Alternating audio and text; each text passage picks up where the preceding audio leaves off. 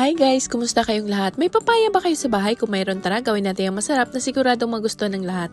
Napakadali lang nito at napakasimple lang at kunti lang masangkap na kailangan. At sigurado akong pag ganito gawin nyo sa papaya, magustuhan ito ng mga anak nyo. Lalo na pag mahilig sila sa french fries, subukan yung ganitong luto, siguradong mag-enjoy sila dito. Perfect ito pang merienda. Pwede palang papaya ganito gawin, ang sarap niya.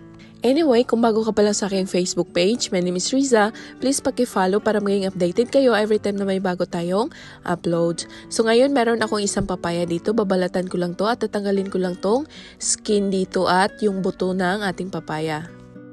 Anyway, tell me where you're watching from and comment kayo sa baba kung taga saan kayo para next video natin ma-shoutout ko yung pangalan nyo. So ayan, nabalatan ko na yung papaya so ikat ko lang to para matanggal ko yung seeds dito. Shoutout mo tayo kay Marilu Ansano from Leyte, Emma Almario from Makati, Rosalinda Andrade from Carcar, Cebu City, Asbel Reyes from Malaybalay, Bukidnon. Maraming salamat po sa inyong panonood. Ingat po kayo.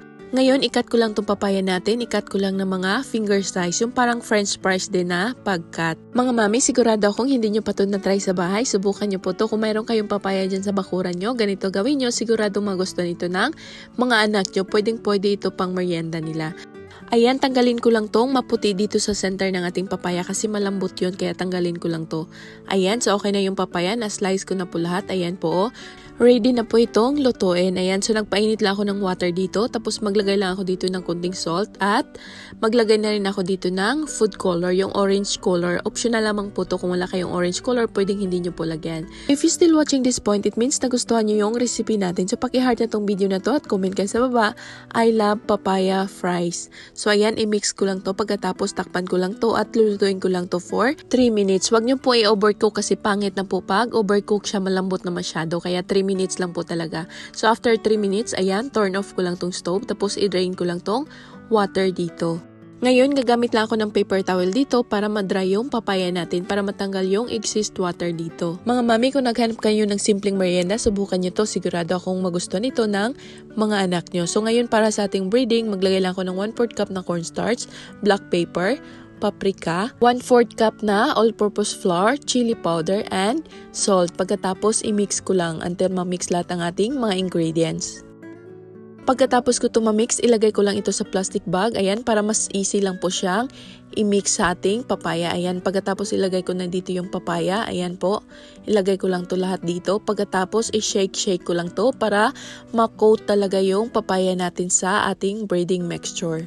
O mga mami, ngayon mayroon na kayong idea kung anong gawin nyo sa papaya. Hindi lang pwede pang tinola yung papaya, pwede rin gawing merienda. So ayan, na-shake ko na po, well-coated na po yung papaya natin. So tatanggalin ko lang to dito sa plastic bag, ilagay ko lang dito sa aking plate.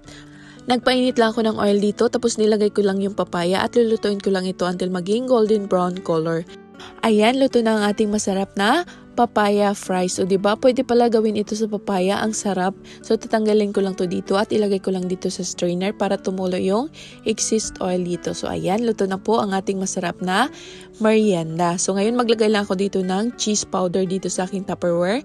Tapos ilagay ko dito yung papaya and then i-shake ko lang para ma-coat yung papaya natin ng cheese. Ayan, i-shake lang po natin para mas masarap po pag mayroong cheese. Ayan po, tingnan nyo po, napakasarap po. Simpleng papaya lang pero masarap na pang merienda. So anyway, sana may natutunan kayo sa akin today. Huwag kalimutan, follow nyo yung Facebook page natin. Stay safe everyone. Happy cooking. Enjoy. God bless you all.